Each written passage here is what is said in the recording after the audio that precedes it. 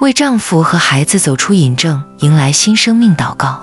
第58天，隔离试探环境。隔离试探环境，智慧的主，我们的保护者，你知道人的肉体是软弱的，我恳求你用智慧和巧妙的方式引导并介入我丈夫和孩子的生活。若有必要，求你为他们创造自然的环境，使他们能与那些容易引发试探导致跌倒的特定场所、事物、网络内容或不良习惯模式有效地隔离开来，为他们提供一个安全、洁净的成长空间，如同将嫩苗栽在溪水旁，使其在你保护性的篱笆内得以健康成长、刚强起来。奉主耶稣的名祷告，阿们。